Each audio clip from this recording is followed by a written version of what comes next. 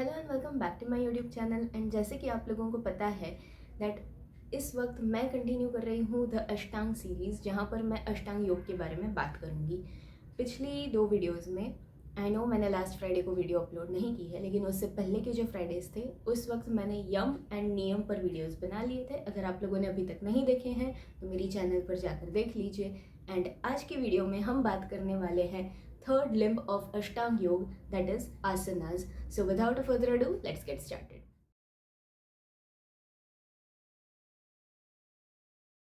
Now, according to महर्षि पतंजलि, एक बार आप यम और नियमों द्वारा अपनी social life and personal life में डिसिप्लिन ले आए, उसके बाद आपको आसनास की प्रैक्टिस शुरू करनी चाहिए।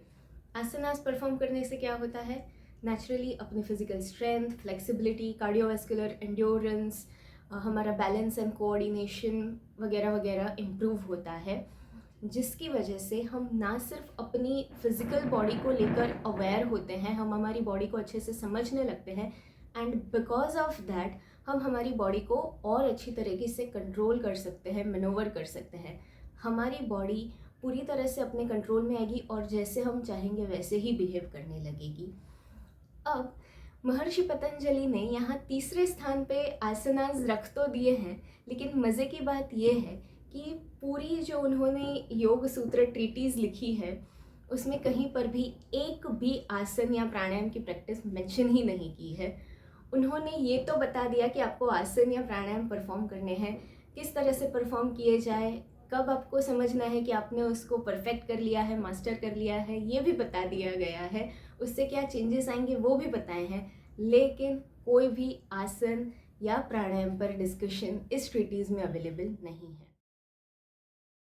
अब नेचुरली अगर आपकी बॉडी को पहले किसी भी प्रकार की एक्सरसाइज या फिर आसना प्रैक्टिस की आदत नहीं है, तो शुरू में आपको काफ़ी ज़्यादा कॉन्शियस एफर्ट्स डालने पड़ेंगे किसी आसना की पोजीशन को अचीव करने के लिए, उसको मेंटेन करने के लिए, उसमें करेक्ट ब्रीदिंग पैटर्न फॉलो करने के लिए, ब्रीदिंग पैटर्न और आसना प्रैक्टिस के बीच में कोऑर्डिनेशन लाने के लिए, इन सारी चीज़ों में आपको बहुत ज़्यादा एफर्ट्स लगेंगे।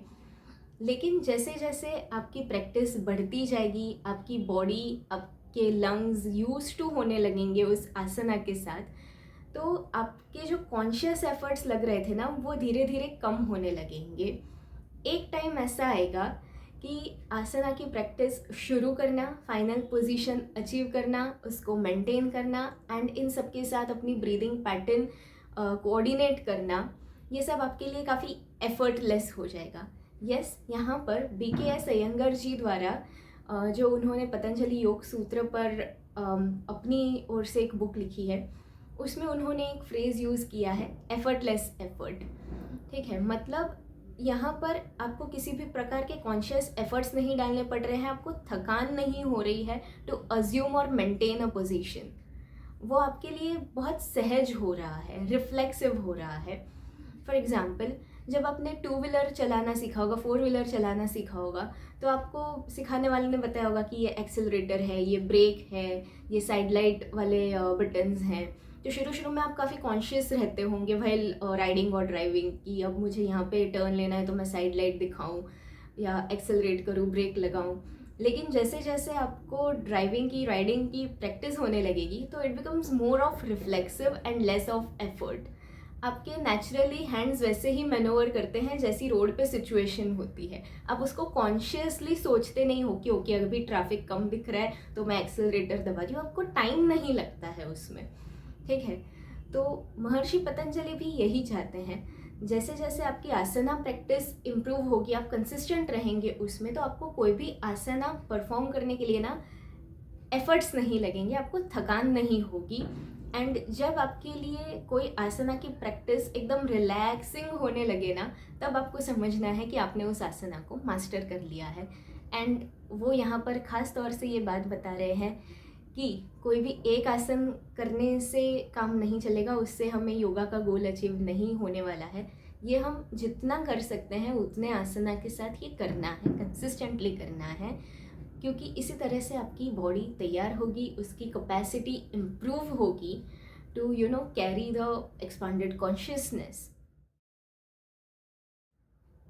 देखिए, जब आपने प्रैक्टिस की शुरुआत की थी, जब आपसे आसना हो नहीं रहे थे, तो naturally you are present in your body.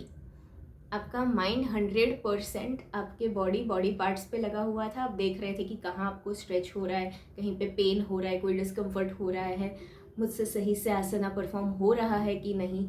ये सब आपका ब्रेन कॉन्शियसली असेस करते रहता था।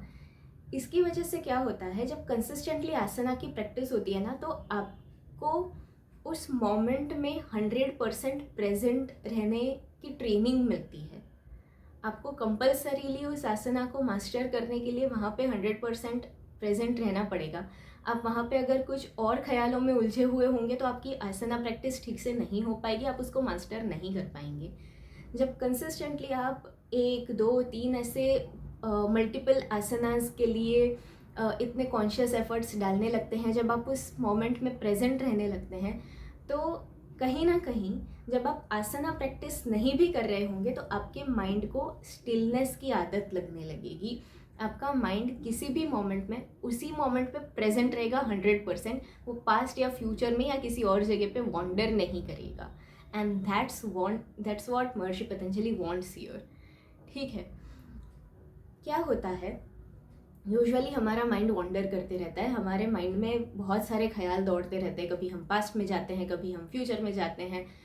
जो हो चुका है उस पर सोचते रहते हैं, जो नहीं हुआ है उसके बारे में सोचते रहते हैं। लेकिन जो करंट सिचुएशन हमारे सामने उपस्थित है उस पर हम ध्यान नहीं देते हैं। एंड इसकी वजह से क्या होता है, अगर कोई सिचुएशन अराइज हो गई तो उस पर आपके कोई थॉट्स होंगे, कोई इमोशंस होंगे। तो क्योंकि आपने उस वक्त उसको एड्रेस नहीं किया है, इसलिए आपकी बॉडी, आपका माइंड उसको स्टोर करके रख रहा है।